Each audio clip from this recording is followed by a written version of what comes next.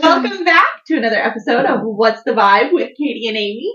Thanks for tuning in. Last week, Halloween, we had our fun witchy episode. It was really great. With that, though, I do say happy holidays and Merry Christmas.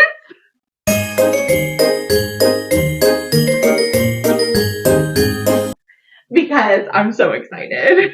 You know I had to just go for Katie's a Christmas gal. Oh yeah, for sure. My trees are up. I'm ready to roll. There's presents underneath them, and it's. I'll stay in denial till December 24th. Oh, do you have any updates?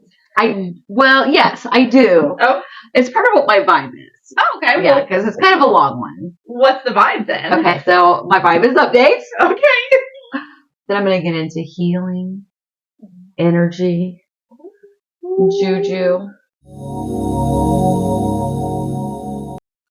live, laugh, love, and all of that hullabaloo. Katie and Amy have both been challenged to squeeze in random words as many times as possible throughout their story. Okay. I'm not sure what your Hullabaloo. Okay.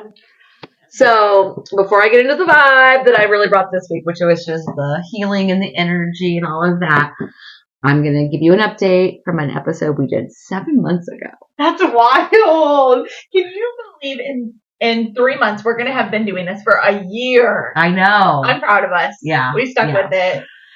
So 7 months ago, I did a story. It was the one where we did 1 hour each. Yes.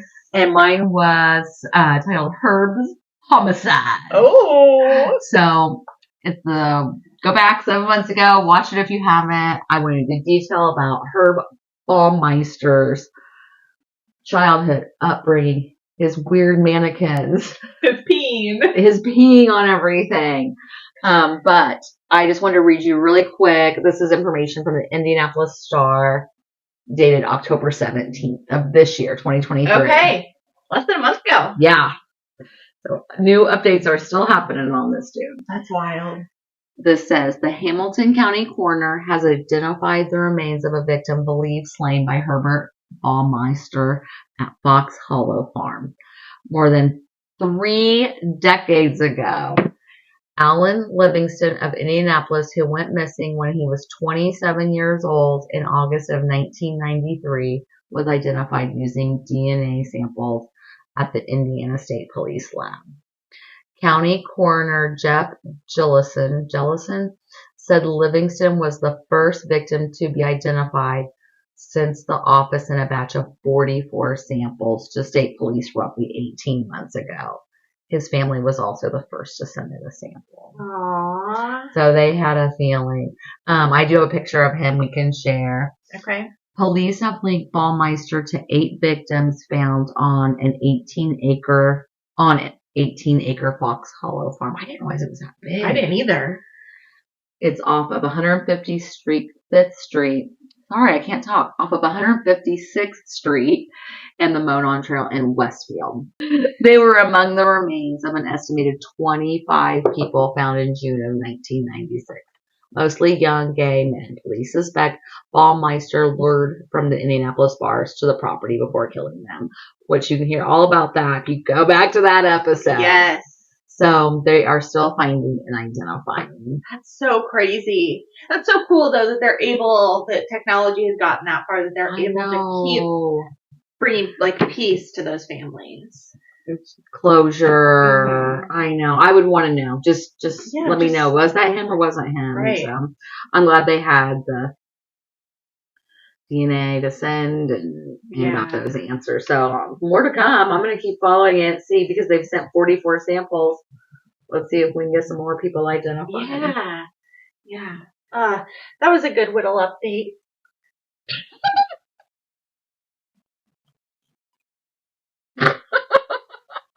I can tell that you're dying to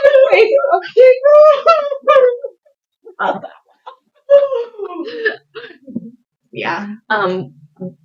What did you like about it? I just like that his family got some closure. Yes, facts. So, this week I didn't really bring a story or anything. I just brought something that I want to talk to you more about. And it is, because I said it was going to be juju and healing and energy. Live, laugh, love. I don't know how that is connecting, but I love it. I just like saying live, laugh, love and all of that hullabaloo. So, what had you heard about Reiki healing? Anything? I mean, I've heard some because I used to work at Yes. spa. Yeah, did they do it there? They did not, but there was like one of the team members that was very into like energy and things like that. And then we also had a team member who came and then left during my time there. She now has a practice in the area where she does Reiki. Okay.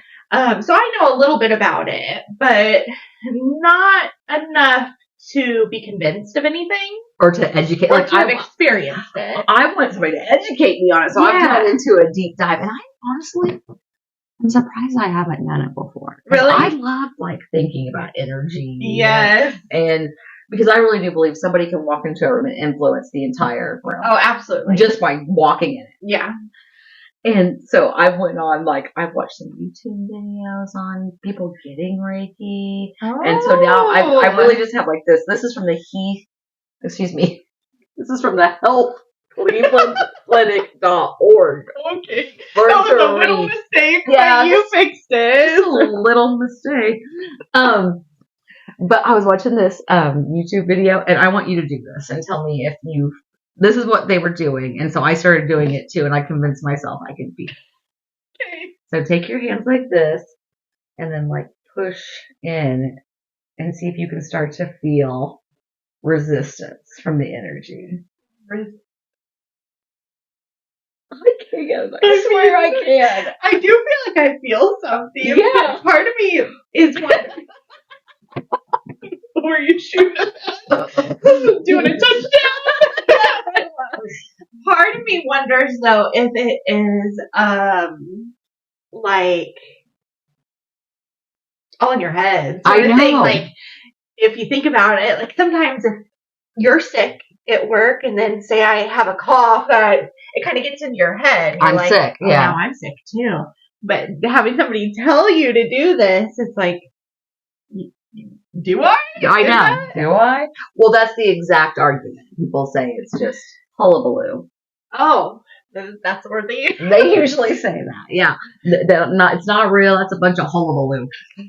But I'm going to kind of read some more stuff about it. And then, first I'm going to tell you more about what I saw in the YouTube video. Okay. So this is what I pictured it. So say this is me. My laptop is me. I'm just laying there. And somebody's just... That's how I kind of imagine it. Like throughout my whole body. Just rubbing their hand above me. But not touching you. But not touching. Yeah. But the YouTube video that I watched, they would maybe push on their hands or give a hand massage or push on their head. I mean, there was some of that energy field too, but they were touching them. Okay. I didn't think you touched a person. I know. When you were. But also, she had this copper looking bowl. Okay. And she sat it on the person's chest or stomach and was tanking this thing. Okay. Yes, I can imagine that. Okay. So anyway, the reason why I'm talking about this, I'm just going to tell it all. Okay. Is a patient came into the place where Kitty and I work and was talking about the benefits of Reiki healing. So an interest was expressed. And he went on and on and on and on. And then gifted us a Reiki healing session. A few of us.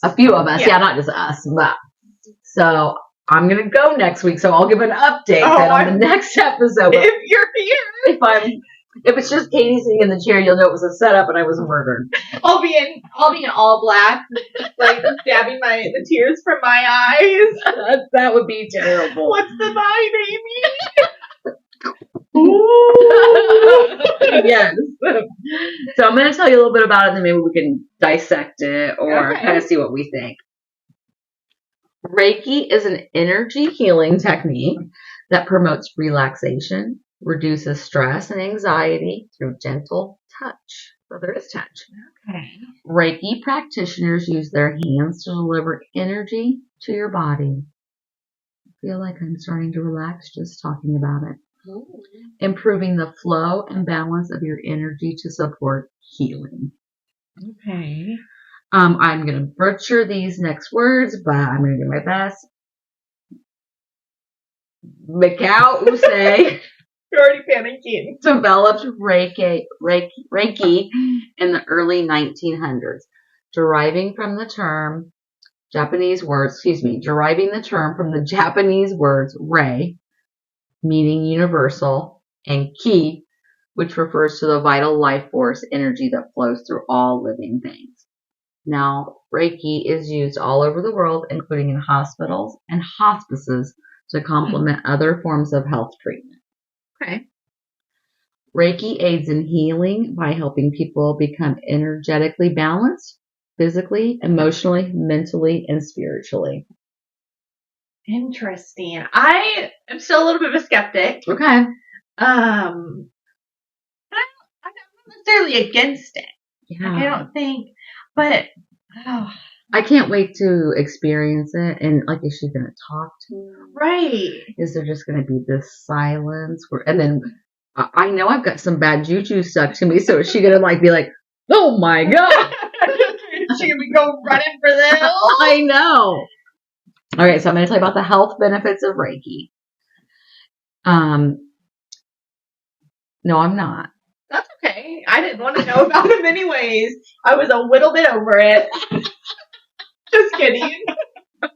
I'm going to tell you what it can do for you is what I meant. Okay.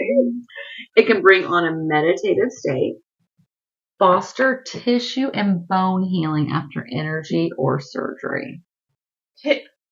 Bone healing and tissue healing. This is what it says according to the clevelandclinic.org. No, the Cleveland Clinic. Cleveland Clinic means business. Why can't we talk to No. It can stimulate your body's immune system, promote natural self-healing, relieve pain and tension, support the well-being of people receiving traditional medical treatments such as chemotherapy, radiation, surgery, and kidney dialysis. Huh. Studies show that Reiki treatment may create feelings of peace, relaxation, security, and wellness. I mean, I do see, if somebody is applying pressure to, your pulse points, is that what we want to call them? Or your... Are they pressure points? Pressure points? I don't know. There's no pulse right here. I don't think so. I don't think it's a pulse point. We need some education on Reiki. I could see how that could relax somebody and help them feel healed. I do, though, feel like there is a correlation between if you feel a certain way, then you start to act a certain way, and your body just goes right along with it. I know. That's what I think too. So, okay. Yeah, because I was telling Star some of this, not all of it, but when she was getting ready to go in for her surgery, I was just really encouraging her, keep a I'm gonna kill this, I'm gonna beat this. Yes. Mindset, because I do think it makes a difference. It does, yeah. My mom passed away of leukemia, and when she went in for her bone marrow transplant, she had checked out. Really? Yeah. She was scared. She was really, really sick. And I don't think in the 90s we knew enough about mind over matter, right. or your thoughts are important, so I've kind of seen that in my actual life where what you think is going to happen can happen. Gives that result. Yeah. Positive result. Yeah. It says it treats cancer, chronic pain, infertility, digestive problems, Parkinson's disease, psychological distress, including depression and anxiety, stress-related illnesses. One of the videos I watched of these people getting Reiki treatments, Reiki healing therapy, whatever they want to call it, was bawling, crying. Really?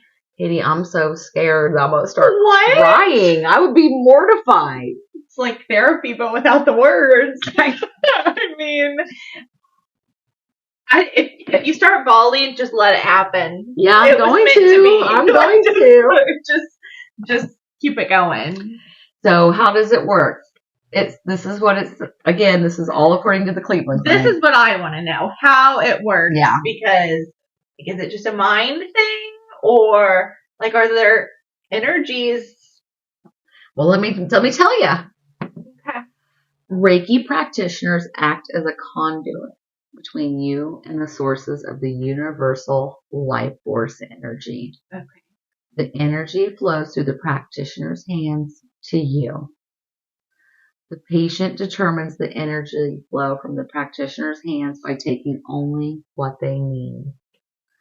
Bodner says, this helps the patient know that we are supporting them only in what they need rather than what we think they need. This makes it the perfect balance to meet the patient's needs. I still don't understand. So let me ask you this, and I don't think you'll have the answer. Probably but not. Let's discuss it. What if a person goes in to have Reiki done, and their Reiki therapist has a little bit of bad energy?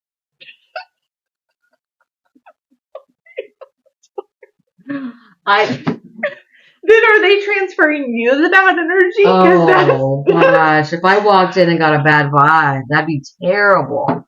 But would they be like, this is your vibe. You brought this, or if they start blaming it? You know what I mean, though? Like, what if they've experienced or had a bad day, and then I wonder that too. Negative energy. I wonder that too. Or I wonder, like, what if, like, everybody else's bad juju is stuck to them from the whole day? Yeah. You guys are going to need a Reiki train up in there. But they're trained. They're trained to. They just reject all of that negative energy. Like you always do. You reject negative energy all the time. I reject a lot of negative energy. So what happens during a Reiki session? Reiki treatments typically last about 50 minutes. I think we were told an hour, right? Yes. During a session, you'll lie on a massage table, fully clothed. Okay. As your Reiki practitioner gently places their hands, palms down, on or just above your body in specific energy locations. So I'll let you guys know what those are next week. Oh gosh, what energy? Okay. They use a series of 12 to 15 different hand positions. The length of time that the practitioner leaves their hands in each position is determined by the flow of energy through their hands at each location. Reiki differs from other touch therapies because there's no pressure or massage or manipulation involved. Okay. What does it feel like? You may experience the energy in the form of sensations like heat, tingling, or pulsing where the Reiki practitioner has placed their hands.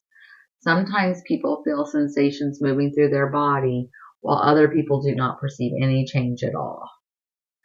Most people feel very relaxed and peaceful during Reiki treatment and may fall asleep during the process. I'm going to go in with an open mind and an open heart. And don't fall asleep, please. Oh, there's no way. Okay, thank you. There's no way.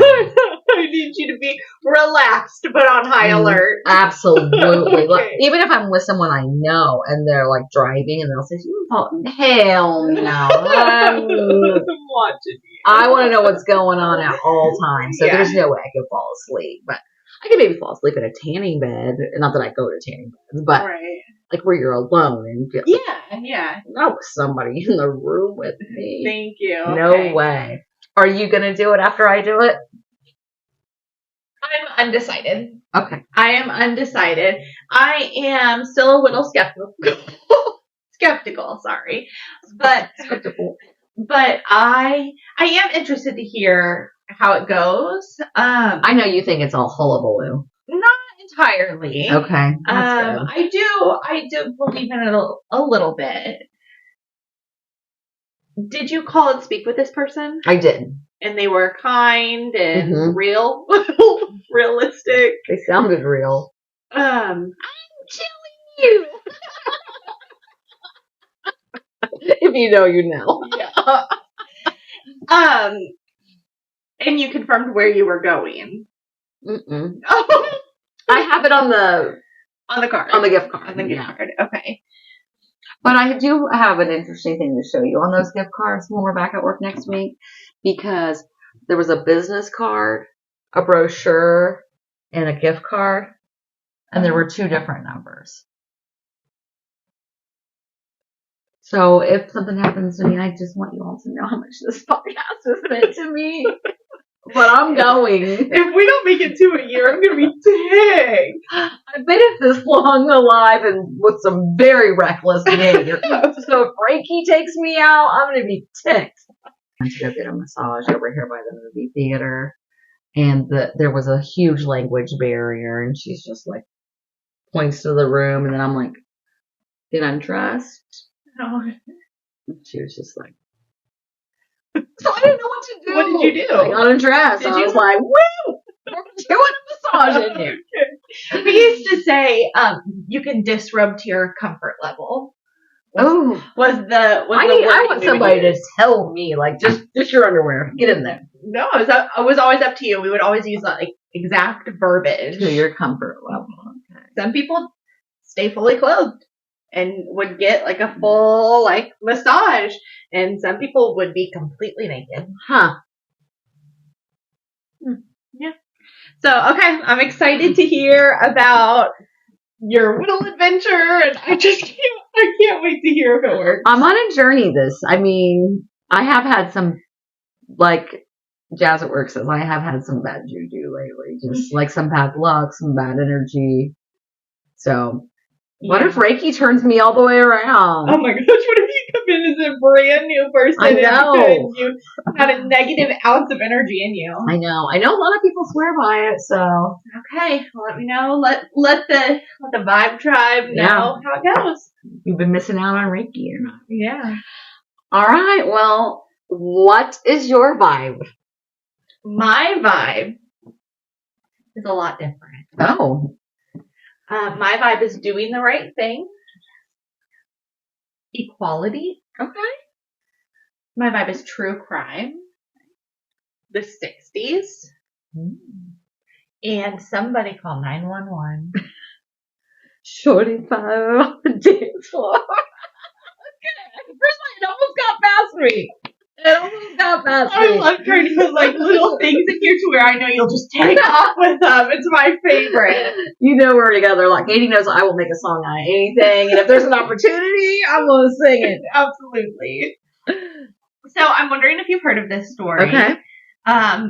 It wasn't Whittle. It was a pretty big story. Okay. You're kicking my ass on this game. I'm so pissed off I got this word. Have you ever heard of Kitty Genovese? No. Really? No. Kitty Genovese? Is that a person? Yes. No. Okay, I'm going to tell you about her. Did she have a lot of plastic surgery? No. Okay. She died young. Oh, okay. Okay. So sorry. Thank you. So, she was born Catherine Susan Genovese, but she went by Kitty. Oh. She was born in July of 1935 in Brooklyn, New York. She was the oldest of 5 children to Italian-American parents. Oui, oui. That's French. Just to be happy. I like my pasta al dente. Thank you. She's been working on her accents. That's a bunch of hullabaloo. Okay, I've been working on it a little bit. Oh, you had to get another one in there. Kitty was raised Catholic, and she spent her younger years growing up in Park Slope, New York. And she would go on to attend an all-girls school. Okay. She was said to have a bright personality and was described as being very self-assured and funny. Like us. That's kind of what I was thinking when I was putting this together. I was like, wow, that's us. We're funny as hell. Right. she was very confident in what she did, and like she never questioned herself. That part doesn't sound like me. No, me either. I'm still questioning things I did 5 years ago. Oh, every once in a while in the middle of the night. Yeah. Why? In 1954, Kitty was 19 when her mother witnessed a murder. Okay. I have no information about said murder, but to let you know that because of this, the family made the decision to move to Connecticut. Oh, okay. Kitty was 19, though. She had recently graduated high school, and she had a fiance who was a military cadet, and they were planning to get married. So she decided to stay behind and live with her grandparents while she planned her wedding. That same year, Kitty would get married, but very shortly after, the wedding ended up being annulled when Kitty came out as a lesbian. Okay. She couldn't have been that before. No. That would have been bad timing. Right. So. It was the 60s. Give her a break. Thank you. I was just going to say, Just imagine you're growing up between the 30s and the 60s. Yeah, that's. Your mom's witnessed a murder. So you're Catholic. You went to an all-girls school, which she probably liked that part. Right, thank you. Your family's moving away. Mm-hmm. You're by yourself now. And now you're coming out. Ooh, that's the perfect time. Get rid of the family. And then yeah. I can be me. So even though she was like going through all of these challenging times, she was still a very confident and bright and very social. So after her wedding was annulled, she got her own apartment, moved to Brooklyn. Ooh, that's what I'd heard of in that right. time. And started working a bunch of clerical jobs. And she hated them. She thought there was nothing appealing about working behind a little desk. Relatable. Typing her notes. And she just wanted to be social and do something fun. Okay. Can you guess what she decided to do? I can't wait, because it's whatever she did, I'm going to do. What was it? Oh, really? I might be too old. She accepted a position as a bartender. Oh, I can't do that. Katie? No. You already called it, so I guess you're going to go and take your little position as a little bartender. It's going to be real hard. I hate drunks. She loved it. She was able to be social and still have fun, and she loved being around people, and she thought it was so great. She did this for a few years, and then while she was bartending, she started taking bets on horse races from the patrons in the bar. Oh, she was a bookie. She was a bookie as well. So she did this for a couple of years, but then in 1961, she got caught. Oh, okay. And she was arrested for being a bookie. Damn, Kitty. Kitty was arrested, but pretty quickly she was let out of jail and fined $50. You want to guess how much it was today? I know that's a trend. What year was it? This was 1961. $50. $500. Equivalent to $490 today. Oh, I'm good at You are good. I'm terrible. Oh, that's good. Okay. But because of this, Kitty lost her job. Mm-hmm. So she decides to move and starts looking for a new job.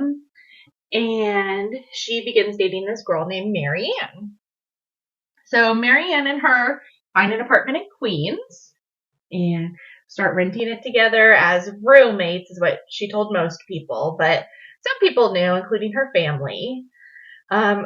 This is starting to sound familiar. Is it? Yes, okay.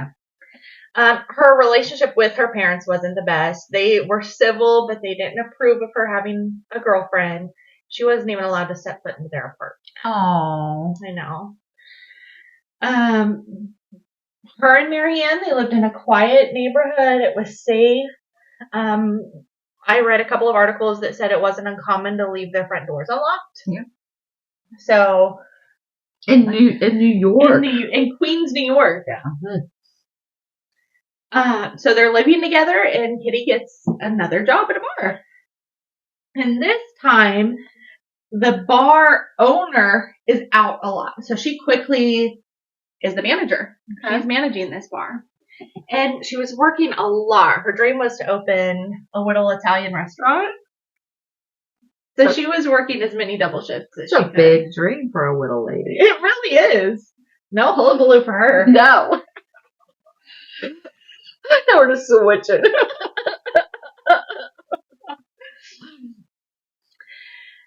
So I want to tell you about the night of March 13th, 1964. And a little side note. Do you know this story so far? I'm picturing a story that I know, but I don't know if it's the same one or not. Okay. It was about a roommate situation they thought they were, and after the incident, the girlfriend, the significant other, was not treated very nice. And okay. So maybe it's not the same one, though. So this was the night of the incident. The Kitty had passed. I already told you she died. But it was also the night of their anniversary, deciding to be roommates together. So I thought that was sweet and sad all at the same time. So Kitty's working. She worked a double shift. And she gets off work, closes the bar around 2:30, 3 o'clock. In the morning. Because when you said a double, I was like, that could have went either way. Yeah, in the morning. So she's heading home. She gets in her car, and she lives about 30 minutes away. And she's driving home, and she's at a stoplight, and she notices this car and some interesting-looking man inside there, but she's just going home. Like, she's just minding her business. Well, she gets to her apartment building, and she notices, like, there's no street parking available. So she decides to park at the railroad station right behind her apartment and just walk in. Mm-hmm. She said it was about 100 feet. Okay. So she gets out of her car, and she's walking in, and she notices the same man from the car. Okay. And he gets out of his car. Is he following her? And as she is walking... he starts following her. So she starts to pick up the pace a little bit. And then as he's walking, she notices he's moving faster. Not only that, she can see that he has a hunting knife. Oh my gosh. So at this point, she starts running. Like, she just wants to get into her building. But so does the man. Yeah. So he ends up running and catching after her. And he takes her down, and he stabs her twice in the back. And when he stabbed her... What is the point? What is the point? She starts screaming. And there's like a couple of conflicting stories as to what happens, but somebody yells out a window, leave that girl alone, and it scares the man away. Okay. So he takes off running. At this point, though, Kitty's lung was punctured, so she's having a hard time breathing. She's having a hard time moving. So she is crawling to make it back to her apartment. Oh, man. She's gets to the apartment building and opens the first door that she sees, and it leads to a stairwell. And she just collapses. And she just feels like she's safe now. Like, she's in the building. The man ran away. He's gone. Amy, why does this man start looking for her? What in the world? Is this personal? He starts looking around the train station, wondering where she went to. Starts going around circling the apartment complex. And then he gets into the apartment. And he finds her at the bottom of the staircase. Now they're out of view of the street. And he stabs her several more times, assaults her, and steals her money. So was the motivation to assault, to rob, to kill? All? I think all. Damn. I think all. And I'll tell you why I think that towards the end. But I want to tell you a little bit more about that night. Okay. So the attack, from the time she's walking out of her car to the time everything is over, it's about 30 minutes. Oh, man. And finally, somebody comes out and finds her. The man is gone, but she's found by a friend that lives in the building. And like I said, it's kind of unclear, like, how the events happen. But some people say a ton of people heard her and did nothing. Some people say, no, my father called, my friend called, like, out of various apartments. Oh, called the police? Because they didn't have 911 yet. So by 4:15, Kitty's picked up by an ambulance. Unfortunately, before she makes it to the hospital, she passes away. So the police start investigating, and I don't know if this is the same story you're talking about, but the first person they suspect is her girlfriend, Marianne. So I read that they were interrogating Marianne for 6 hours. Who just lost her person. And the entire questioning is all because they're gay. That is because of the time that it is. I believe that. Mm-hmm. But also, in any murder, the first person that they suspect is the significant other. Right. In same-sex relationships. Yeah. But, so, I see both sides of it, but I do feel like she was quite targeted because of it being the time that it was. I saw that, I don't know the questions that they were asking her, but I read a couple of articles, watched some TikToks and some videos, and most of the questions they were asking were, I guess, based on their sex lives. Oh, like that, what is that?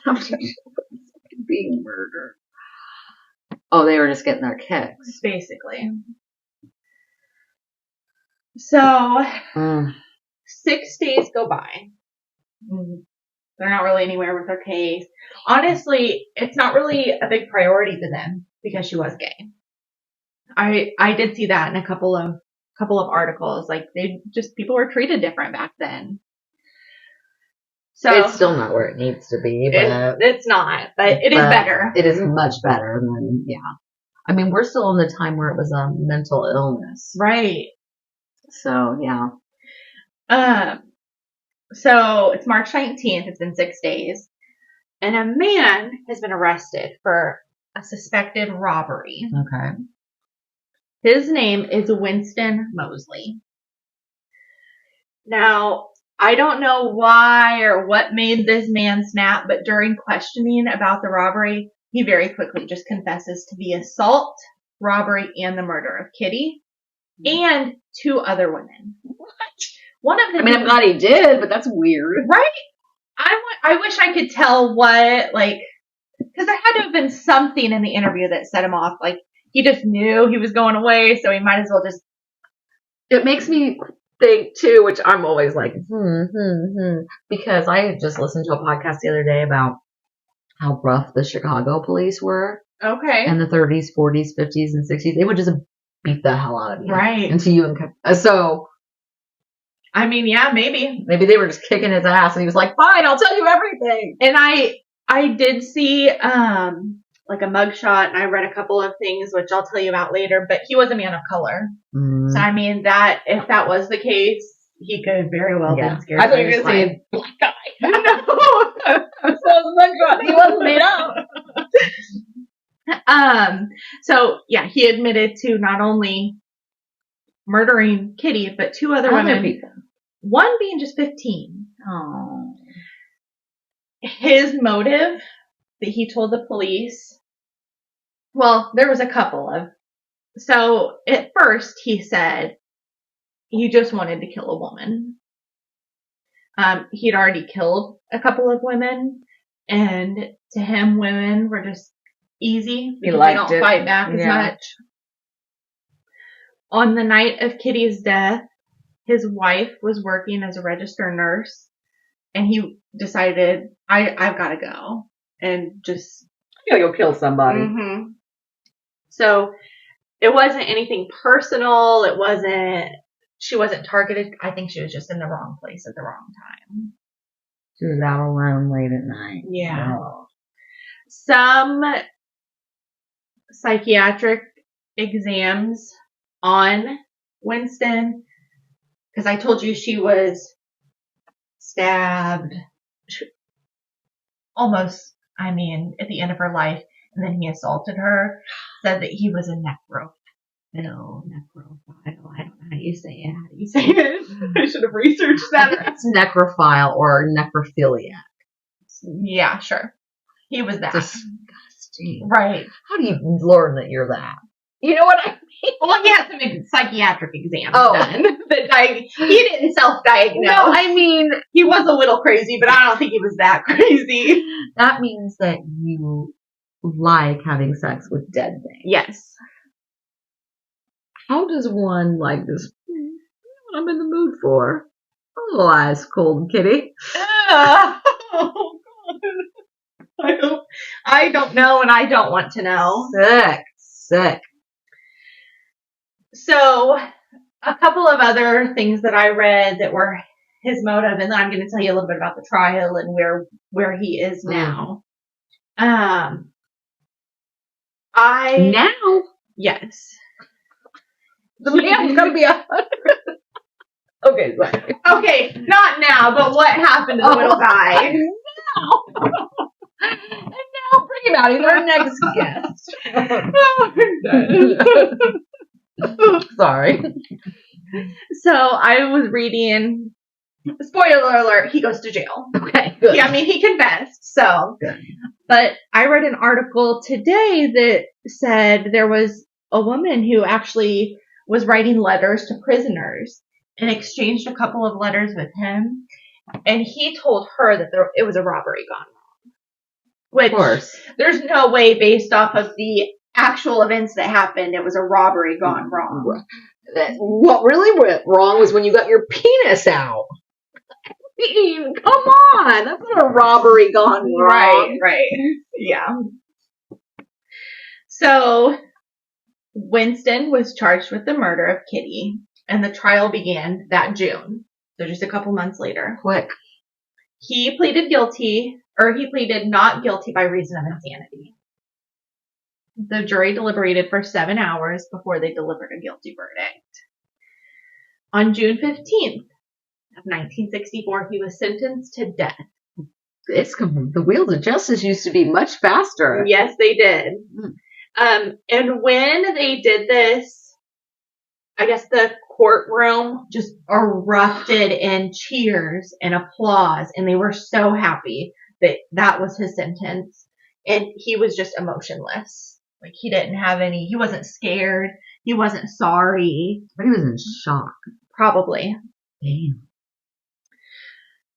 So, Widow Winston spent 3 years in prison. And then the New York Court of Appeals, I was having a little bit of trouble understanding what I was reading, so I'm going to tell you what I think they meant. So don't ask any questions, is basically what I was getting at. Okay. The Court of Appeals found that he should have been able to argue that he was medically insane during his sentencing, and they reduced his sentence from death to life in prison. Okay. The following year, Winston was being transported from a hospital where he had undergone a surgery from a self-inflicted injury. He knocked out a correctional officer, stole his weapon, and fled to a nearby vacant home. Well, it wasn't entirely vacant, where he stayed there for 3 days undetected. It wasn't entirely vacant. So I think the homeowners, it was either like they were on vacation or it was I don't think they call them summer houses. They got a roommate. It was like, yeah, it was like, okay. It was just empty for a couple of days. Well, the homeowners came home. Oh, no. And he immediately took them hostage, tied them up, assaulted the wife, took their car and left. This man is disgusting. Mm. So he went a little while, ended up breaking into another home, holding a woman and her daughter hostage. But the police found out. They had him surrounded. He eventually surrendered. Ugh. Because of those events, he was given 2 additional 15-year sentences to be served concurrently with his life in prison. In 1984, he became eligible for parole. And what? The man went from sentenced to death to eligible for parole. Yep. Okay. He went up to the parole board. And this is a direct quote, a little direct quote, because you know I love them. He said, it wasn't fair. For the victim, it's a one-time or 1 minute or 1 hour affair. For the person caught, it's forever. It's not fair. You should let me go. That was his argument. That was his argument, Amy. What was the man thinking? Wow. I wonder if he ran that by his friends back in cell block D. Like, okay, this is going to be my approach. Like, it's not fair. It was just like 30 minutes for her. Yeah. Why is it going to be a lifetime? I mean, she got to be dead real quick. And here I am. Suffering. The board looked at him and indirect quote was, "You've got some real audacity, man." I see the man audacity is overflowing. So you just take that all and go right back to your cell because your parole is denied. It does make me think he's not right. Right. Because if you have any reasoning skills at all, that would not be what you take the parole for. No, you would want to cry a little I'm and show sorry, your I'm remorseful. Yeah. He went to parole board 18 times. 18 times, Amy. I can't believe they kept even entertaining it. Why? It was probably just a little joke to them. Yeah, I wish we were on a parole board. I would love that. That would be so fun. Go hired. What is the qualifications gotta be? No, we should look them up. Let's find out. So obviously he was never granted parole. March 28th, 2016, Winston died in prison. He was 86 years old. Evil lives forever. Yep. He served 52 years, making him one of the longest serving inmates in the New York State prison system. 52 years. Yeah. It was really interesting, like when I was reading and looking, because this goes back to Law and Order SVU, and you know what they talk about, Queens and Brooklyn and this stuff, and the letters, Rikers Island. The letters he was writing to the woman, she had pictures of the envelope on the website, and they all were from Attica. Oh, I was like, I know these places. Yeah. Not really, but the TV taught me. Like we're there, right? Gosh. Wow. So I want to tell you just a couple more things about how Kitty's story kind of changed some things. So I said that there was no 911. Yeah. So when Kitty's story got out, and I'm going to tell you a little bit more about how it spread so quickly, there was a lot of urgency pushed for 911 lines in New York. They already had some in Alabama, and when her story was, a New York commissioner told somebody from the New York Times, like, this story is one for the books. Like, somebody needs to tell this story. But the sad thing is, reporters exaggerate so much. There was an article posted titled 37 Who Saw Murder and Didn't Call the Police. And it wasn't true. I think this is why I know about that. Okay. I think I've heard a little anecdote about that. So, like I said earlier, it's unclear of who saw what, right, who called where, because they don't have 911 recorded calls that they can trace. Yeah. Some people were scared to call the local police station because some of the people that lived in her apartment were also gay, and they thought they would be punished. Yeah. Some people were kind of uncertain because when you call 911 now, it's standard. Like, who are you? Where are you calling from? Where is your emergency is the first thing. Yes. then it was dependent on who answered the phone. It wasn't consistent. Mm-hmm. So some people were just nervous. Like, what if they didn't get the right person that wouldn't take them seriously? So I saw a TikTok that said she is the one that helped create 911, like her story. But then I did some research, and I don't think that's entirely true. But I did think it was like a good fact. Yeah. And that's kind of what drew me into this story. That is neat. But the article that they published, because it blew up so much and so many people knew about it, it coined the term the bystander effect. Yes.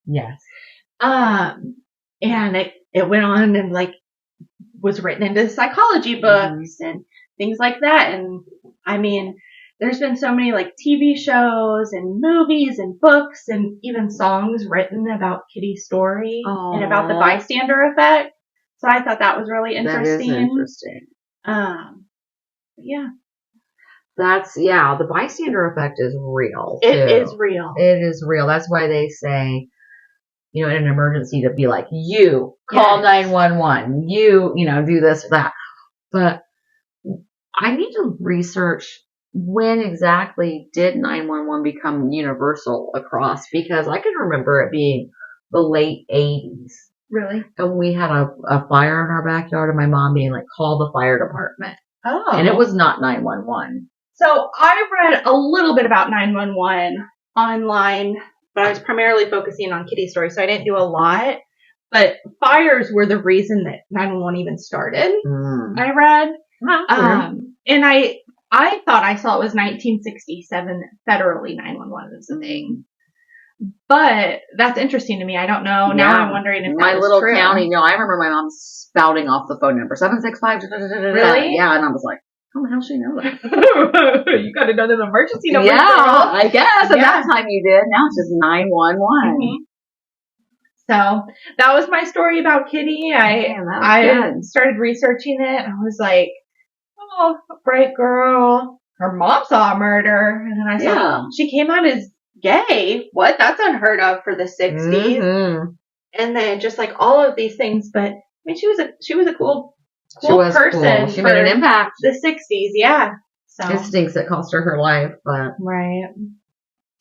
Well, I'm excited for next week. I've got some crazy stuff to tell you. Oh, I can't wait.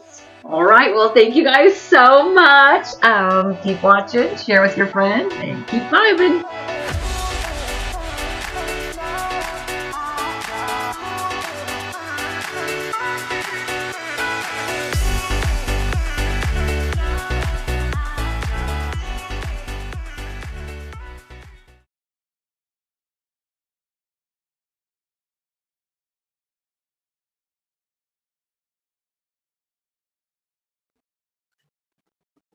Action. I mean, not action. Just living your life. Are we going to draw these first? Yeah. Okay. I'm nervous now. Shut up.